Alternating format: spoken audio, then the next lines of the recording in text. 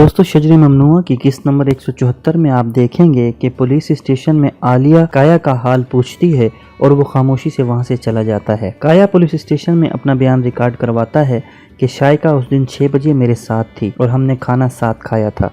हमारे 2 मुलाजिम भी इस बात के गवाह। दूसरी तरफ ज़ाहिरा की किताब छापने वाली कंपनी 20,000 का मुतालबा करती है। ज़ाहिरा ये सुनकर परेशान हो जाती है। तीसरी तरफ आलिया पुलिस स्टेशन में अपना बयान रिकॉर्ड करवाती है। पुलिस वाले इस वाक़े की तफसील मालूम करते हैं और आलिया शाइका को ही कसूरवार ठहराती है। इतने में हालिद वहीं आ जाता है और आलिया को कहता है कि तुम मेरी खुशियों के पीछे क्यों पड़ गई हो? तुमने अपने बेटे के इतने अरसे तक कोई खबर नहीं ली। तुम कैसी माँ हो? और तुम अब करीम से मिलने की कोशिश भी न करना। आलिया कहती है कि मैं करीम की माँ हूँ, मुझे उससे मिलने से कोई नहीं रोक सकता। दूसरी तरफ यल्दिस करीम के पास आती है और कहती है कि क्या हो गया है तुम्हें? आलिया जिंदा है और सही सलामत है, तुम खुश हो जाओ और मैं भी कातिल नहीं हूँ और मैंने आलिया के साथ कुछ नहीं किया और जो कुछ भी उसके साथ हुआ है सब शाइका ने किया है।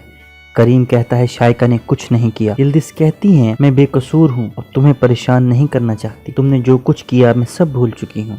अब हमें दोस्ती कर लेनी चाहिए। अब हम दोनों के दरमियान कोई गलतफहमी नहीं रहनी चाहिए। करीम कहता है ठीक है। शाइका करीम से दवाइयों के मुतालिक मालूम करती है कि तुम्हें पता है कि तुम्हें कौन सी मेडिसिन दी जा रही है? तो करीम कहता है मुझे नहीं मालूम। यल्दिस पूछती है कि तुम्हारी दवाइयाँ क्या अली लाता है? करीम कहता है हाँ, और फिर यल्दिस दवाइयाँ तलाश करना शुरू कर देती है। इतने में अली करीम को दवाइयाँ देने आ जाता है और फिर यल्दिस को करीम के पास देखकर हैरान हो जाता है और पूछता है कि तुम यहाँ क्या कर रही हो? यल्दिस कहती है कि दवाइयाँ बिखरी हुई थी, इन्हें समेट रही थी। अली कहता है कि करीम को दवाइयाँ देने की जिम्मेदारी मेरी है। दूसरे सीन में ज़ाहिरा यल्दिस से 20,000 रुपए का मुतालबा करती है। यल्दिस उसे कहती है कि क्रेडिट कार्ड से निकलवा लो। ये बात अली सुन लेता है। उधर पुलिस स्टेशन के बाहर काया शाइका को घर जाने का कहता है और हालिद के साथ घर चली जाती। इतने में कौर काया के पास आता है और काया कहता है कि तुम आलिया के बारे में जानते थे। कौर कहता है कि मैं मजबूर था, मुझे गलत मत समझना। दूसरी तरफ कौर और आलिया में तकरार होती है कि इस मामले को कैसे सॉल्व करना है और फिर अगले सीन में आलिया बेल करवा कर घर आती है और सब उसे खुशामदीद कहते हैं। इतने में शाइका यल्दिस से पूछती है कि तुम्हें तो अपने कमरे में होना चाहिए था। वो कहती है कि अब मेरा करीम से मामला हल हो गया है और करीम मुझ पर शक नहीं कर रहा।